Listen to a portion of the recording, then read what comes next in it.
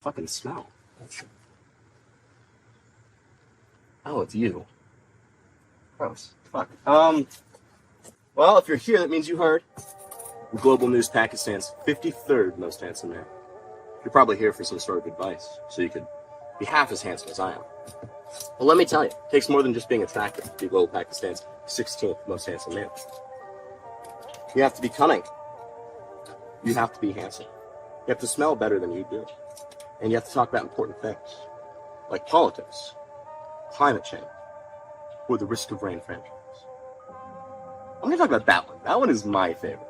So, if you want to hear what Global News Pakistan's third most handsome man has to say about the Risk of Rain franchise, sit down and enjoy. And if you don't, go shower. You smell horrible.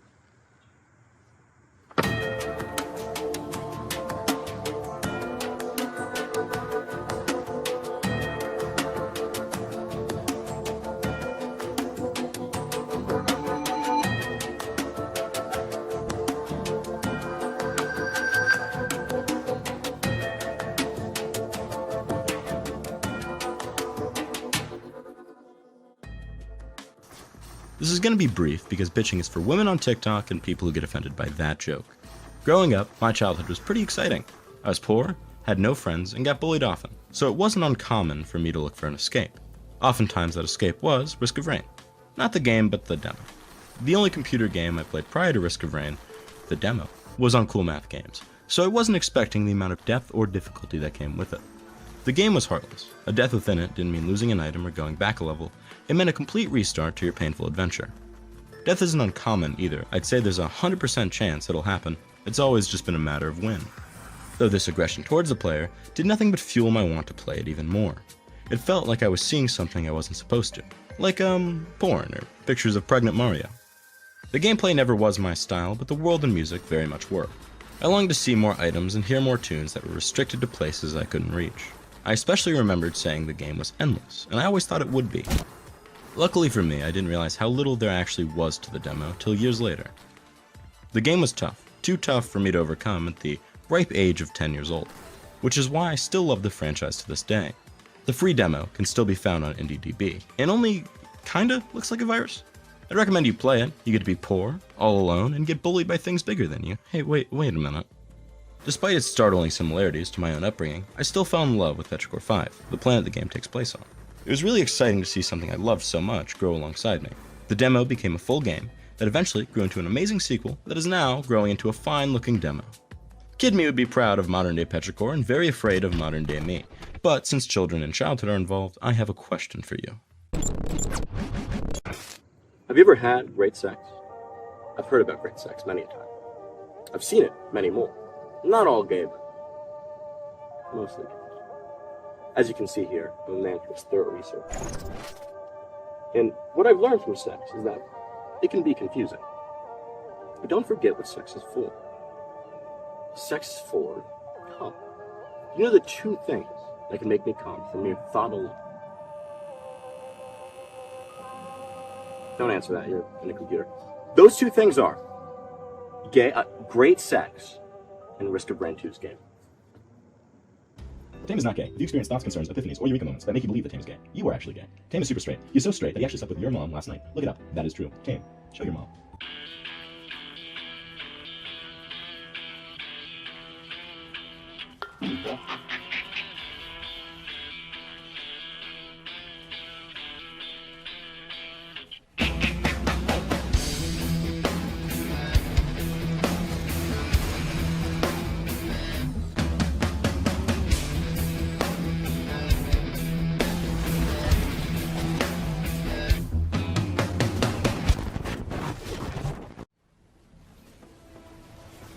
Now, gameplay is not what I used to play the demo for way back when, but by golly is it why I play it now. There's about a billion reasons as to why this game feels like foreplay on a slip and slide, and I confidently believe most of that is its movement. The game's fluid mobility and aggressive foes force you to glide through your enemies with frequent moments of passionate tension. Your every step matters, and if at any point you slip too far, your ride is over and you're gonna get fucked. A great way to display this would be Loader, who can hook onto any surface and punch herself through the air. But since my comparisons must be subpar, I will instead use Bandit, who I may or may not dream of ending. Bandit's movements are more subtle but no less complex. From a glance, he can jump, throw his knife, and briefly turn invisible. Though if we look a bit deeper, but not too deep, this is just foreplay mind you can see that his invisibility gives him a slight upward boost. If this ability is used in air, you can gain a boost along with a third boost if you fire your gun, giving you the most retarded triple jump known to man. This vertical autism is 1, sick as fuck, and 2, makes me feel like a little space cowboy cracked up on ketamine. The undeniably erratic approach to movement really forces you to know your characters because they all control and interact with their surroundings differently, not only in their movements but also in their attacks, which oftentimes ends up being the same thing. You see, each character in Risk of Rain 2 is not like other girls. They all have their own niche to serve and they all serve them well. Oh, you want to fly around and play air support? Play Artificier. Oh, you can't aim? Here, Huntress is all about movement, baby. Oh, you don't have a father? I'm sorry to hear that. Here is your fursuit. Don't mind the vomit. I swear it's tactical against smaller foes. Hell, this game even has a class for people who don't like playing this game. They have truly thought of everything. And if by some miracle you aren't able to say he's just like me for real yet, just you wait. Once you hit the sweet soil of Petrichor 5, you'll find abundance of doohickeys and trinkets to drape yourself in. These trash pieces aren't just stylish, but also practical, fully allowing you to fine-tune your character into something familiar yet new. Each and every discarded light blesses you with a foreign and ever so sweet effect. These items can make you hit harder, run farther, and shit jellyfish juice. But these abilities don't just allow you to poop your pants on command. Matter of fact, I can't think of a single thing they don't let you do. Especially in combination with one another. If you grease your skin with enough garbage, you can eventually become whatever brand of chaos you so desire that day. But even if you are the grossest and stinkiest beast in all of Walmart, you will still be weaker than most of your foes. Though the fact you're a weak loser that jerks off to this image is only mostly your fault. The other factor in your suffering is that the planet and everything upon it fucking hates you. That's no hyperbolic fiction either. The planet literally has a danger meter in the top right hand corner that grows with every single second. It will laugh in your face if you are too slow, or play for too long. And if at any point that meter surpasses your ability to play the game, it will drive to Walmart, purchase a trebuchet from the 1400 AD section, and launch you into the nearest fucking morgue. The planet has no sympathy, so neither can you. If you are a beta, or a chab, or someone who unironically uses either of those two words, you are not man enough to play Risk of Rain 2, and the planet of Petrichor will have a field day with your asshole, and you'll be too polite to say stop. This game forces you to be efficient, to be fast, and to be determined, and that is why I love its gameplay. Because in those rare moments when you can be even more aggressive in the ground you walk upon, you feel a sense of accomplishment unmatched by any game I've ever played. It feels almost impossible to beat the planet, but when you can, it feels just like this mythical, great sex. It's rough, fast-paced, and you can't let it get one over on you, because if it does, it'll slip a dick in your ass so fucking fast. Now I know what you're thinking, but oh, that's really mean and scary and oh, that's really aggressive. Now, you don't have to say that. You sound like a bitch, and it's unbecoming. Shut the fuck up. So what if the atmosphere is mean and aggressive? Mean and aggressive things are great and handsome, and do not look stupid in this cowboy. I know it's not too small for my big ass head. Fits perfectly. Perfect. Just like the world in Risk of Rain 2. These transitions are getting worse.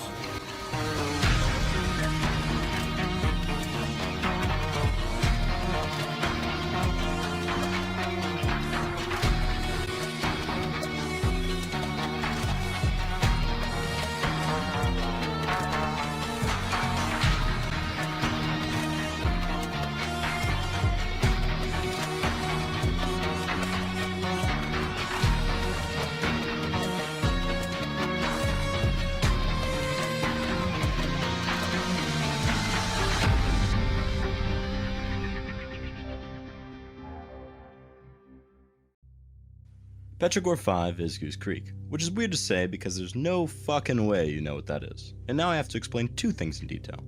So, how about I ask you another question? When you were a kid, did you ever explore for the sake of just doing it? If so, I don't care. I still can't hear you. Stop talking to the internet. Growing up in Goose Creek, I used to explore a lot. Any minute I didn't spend plotting the downfall of the French people, I spent crawling into places I shouldn't. Abandoned buildings, dog houses, hell, even your house. All of it was mine to scavenge, and there's nothing you could do to stop me. I was ever curious and never unconcerned with trespassing laws, even as a young lad. Because of that, I knew things about my city that no one else did. So while other kids were watching Gremlins 3 Big Time Clouds, or whatever it is kids watched in 2013, I was plotting out areas to ambush that one French kid that lived on our block. With every new spot I claimed, a sense of pride came with it. I loved being somewhere I wasn't allowed, and I adored that most people didn't know there was a spot there in the first place. They were my own little homes hidden inside someone else's. That feeling of forbidden pride is what makes up every environment of Petrichor 5. Petrichor 5 may not have crackheads, but it did have dangers almost as scary. The planet's hatred is so potent that its occupants get fat off it. You can see the planet's influence in each and every design. Some of them are made from the planet, others are fueled by it, and the rest make their own civilizations upon it. Yeah, no, that's right. These funny seagulls were able to colonize this planet, and humanity wasn't. Humanity better get its shit together, because I swear to God, if in the future we're ruled by seagulls, I'm gonna be fucking pissed. Since the planet, and those who call it mommy, are constantly trying to kill you, there should in theory be no safe haven, despite your dire need for one. But, just like child me, if you're extra curious and extra dismissive of trespassing laws, you will find blind spots. Little zones the planet's malice can't reach you. From these hidden homes that shouldn't exist, you can finally see the planet as it is. No longer a hate-filled swarm of tar-filled beasts, but instead a thriving ecosystem working as one. The beauty isn't constricted to the sense of community either. The planet itself is gorgeous. Well, kind of. Honestly, the game looks horrible on occasion. Mainly Vomit Shit area, which has a name, but I refuse to use it. Usually, each environment is foreign land, completely unlike our own, with secret rules and vibrant colors that keep them fully separate from one another. Despite what all these differences imply, the planet of Petrichor 5 does in fact have a pattern. Each environment will always come packaged with a dire need for recycling, a teleporter, and a big bad tasked with bogarting it. So with time, you'll become accustomed to your new way of life. You will eventually find places to hide, little homes only you can fit in, little homes that even the locals overlook. Each one gifting you with that ever-rare forbidden pride. This pride will breed even more familiarity until Petrichor 5 becomes your very own Goose Creek.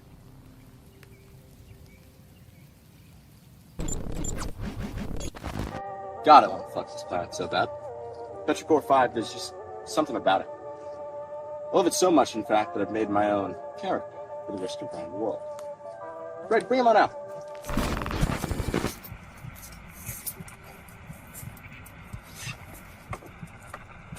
Okay. His name is Ragnar. Can you do the trick, Ragnar? Maybe you could.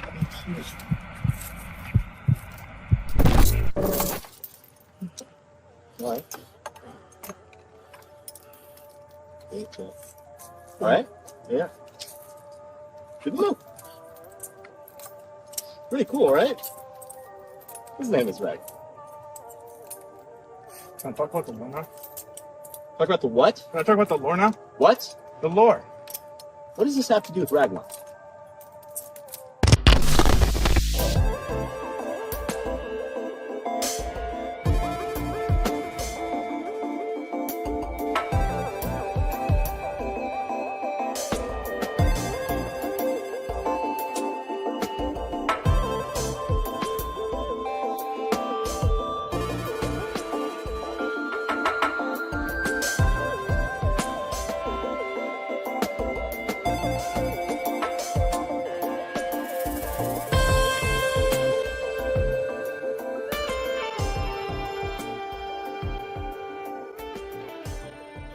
The story of Risk of Rain, as told by gameplay, is not complex at all. You can find a more satisfying story in a children's book. That's probably not accurate, but it feels like it's on the same level, right? You actually have no good reason or excuse to be on this planet in the first place. In gameplay. In gameplay, this is a children's book. The story is simple, doesn't make much sense when you think about it, and is only there to serve the message. The message of Risk of Rain being, this game is fucking awesome! I'm not saying this is a bad thing. Actually, it's great. Fuck all this story shit. I just want to move fast, kill efficiently, and read Baba Black Sheep before hitting the town with Aurelionite and the drones. It's criminally simple at the surface, but when you break that surface is when you find out that Aurelionite was always a disappointment. I don't have all the answers, or the time, so I'll just give you the fast version. This spaceship goes to a distant planet. This guy with a big fuck-off sword named Providence comes to the ship and kills everyone, like, hard. Everyone who's not dead goes down to the planet in drop pods, and they're like, hey, yo, fuck that Providence guy, we finna kill everybody, straight up! And they start blasting. And the planet itself is like, fuck did I ever do to y'all? And it starts blasting, but it's blasting, like, way better, so these guys are just fucked. One of the survivors gets to the ruin of the spaceship and is trying to leave, like, man, fuck all these people, I'm just trying to watch Bluey. And after hearing that, Providence comes onto the ship and says, Wait, hold on, Jit. You watch Bluey? Are you some kind of furry? after Providence gets his shit rocked, the lone survivor says, yeah, I'm a furry. I kiss boys too, and blasts off the planet. The lone survivor sends a message out saying, hey yo, they trying to kill me! This message is picked up by the homeboys, and they strap up and go, word. Once the posse rolls up, no one's left to save, but they still want to take the planet's shit, so they head in anyways. The planet then goes, oh, so you want round 2 then, sucker? And starts killing these guys, like, harder. Like, these guys are so fucked. The new guys say, get me the fuck out this bitch! And end up on the moon, where they meet Mithrix, who asks, You ain't with that furry, is you? to which they reply, as a matter of fact, we are. Good. I've been looking for cute boys such as yourself. After they defeat Matrix and only one of their asses blown out, the moon starts to explode and the boys leave the scene, because that's not the kind of heat they need right now. A little crazy, but like, I did literally sum it up in 2 paragraphs, right? Well, yes. In gameplay. In gameplay, there really isn't anything else. But also in gameplay, you're given books that seemingly have no use. Radio dishes that do nothing besides waste your money. You might wonder what these things are. But like commercials advertising the saddest African refugees, you slowly forget to care. It's when you look deeper that you realize that this game has a way crazier story than it wants to let on. You wouldn't know literally anything about this game unless you went looking for it. The lore logs range from vitally important information to the funniest shit in the world. My favorite log has got to be either the armor-piercing rounds or the soldier syringe. The armor-piercing rounds are just standard-issue armor-piercing rounds that are so good they'll shoot through the armor, 5 feet of reinforced concrete, a few warehouses, an armored truck, and your mom. The soldier syringe, however, contains vaccinations, antibiotics, painkillers, something called estrogen, steroids, heroin, gasoline, and something that feels like burning. I gave some to my dog and it started to breakdance. How fun. When the logs aren't making me laugh, they're making me think. A great example of this would be the commencement log, in which someone discusses their designs and bringing destruction to a multitude of planets. We can assume this is Mithrix, given where the log is from, and there are many logs like this.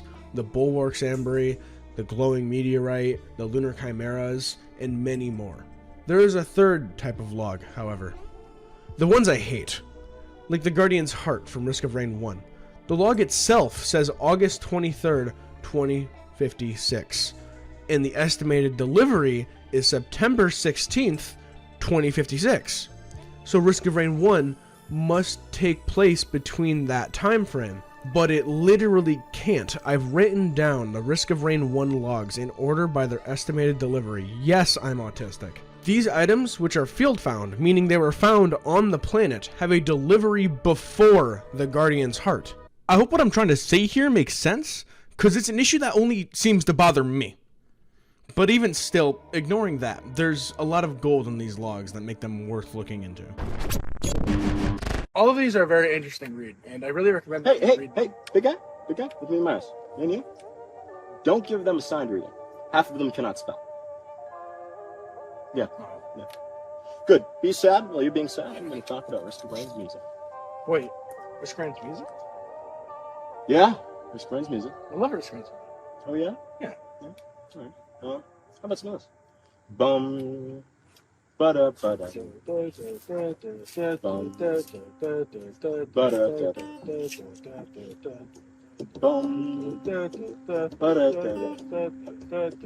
Ba-da-da-dum. Da-da-da-dum.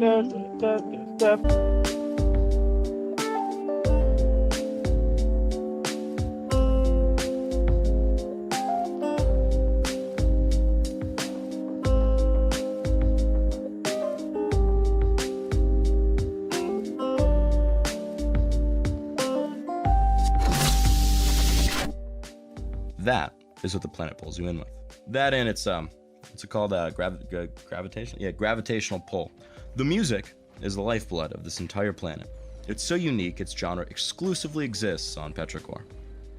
These sounds, like the game, often start off slow, usually just one or two instruments making microwave noises until it becomes a rhythm. But as minutes pass and the planet grows angry, so too does the music. It becomes so pissed off, in fact, it starts a fire, which then starts a fire alarm, which then starts some screaming, and well, when you look at that, you have one whole arson case right there on your desktop. This music, still like a house fire, is hard to escape from, all-consuming, and really makes you want to start moving. Unlike a house fire though, the music wants to see you succeed, where the planet wants to see you fail. With every behemoth the planet throws before you, an intense soundtrack is there to back you up. It's the only thing you can rely on, because no matter how poor your luck or how shit your items, the music will always remain. An ever-present war cry to rally whatever it can within you to fight back. Although the music isn't always intense, it can oftentimes be somber, comforting, or anything in between. This level of emotion is something you feel alongside the songs, as if both of you are foreign to this land. The humanity the music displays is often more natural than the planet or its occupants ever could be. Because of that, it doesn't feel unnatural despite its completely foreign instruments. This comfort you may get from the music stays with you, even when the planet doesn't. I know this can be true. As I briefly stated earlier, growing up, times were pretty hard. I was one of 2 children raised by a single mother. She had no college degree or anything, but she was a hard worker, which is to say we were very fucking poor. I was severely bullied for being a little bitch, in my comically poor choice of Goodwill fashion. So, there were many times I became overwhelmed. I had no friends to turn to, and my mom was far too busy working one of her 2 jobs to keep us alive. So in moments when I was alone, I would hum the music I heard from the demo. The original Risk of Rain demo. Its notes would calm me in a way nothing else really could. My mind would forget whatever tragedy poverty brought with it that week and instead focus on something I could comprehend. Something foreign, yet familiar.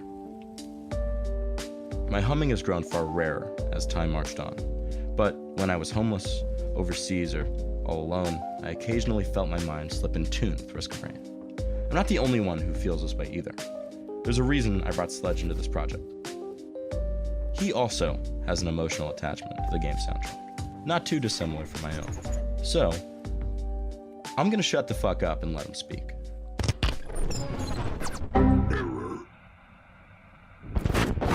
So you like the music, yeah? Oh yeah, for sure. Cool. You've served your purpose. You can take a seat. Sit down. You see, this video, like the Risk of Rain franchise, it's been a very big part of my life. I've written it 3 times over the years in 3 completely different formats. Believe me, the first one was nowhere near as gay as whatever this is. But it was just as passionate. And I remember the first time I played Risk of Rain. I had no idea what the fuck was going on. And I remember the first item I picked up was a disposable missile launcher. I even remember the stars in my eyes when I first used it and watching all the rockets fly. If there's one thing that this game fills me with, it's wonder. And there's Shut the fuck up. Cool. As I was saying, very passionate about Risk of Rain. And in all those scripts, it showed that. At the end of them, they all had this section where I would thank everyone involved in this creation. I love Risk of Rain, so I want to thank the people behind it. Show some follow-through for childhood pain. So thank you to Hopo Games for making my favorite game of all time. Thank you to Chris Christodoulou for making my favorite soundtrack of all time. And thank you, Risk of Rain, for the sex. Say it. No, that's dumb. Say it or I'm going to shoot you. Shoot me. Yeah? Yeah. Thank you, Risk of Rain, for the sex. I'm sorry, what was that? Thank you, Risk of Rain, for the sex. Look at the fucking camera and be louder. Thank you, Risk of Rain, for the sex. Louder! Thank you, Risk of Rain, for the sex. Is that so hard?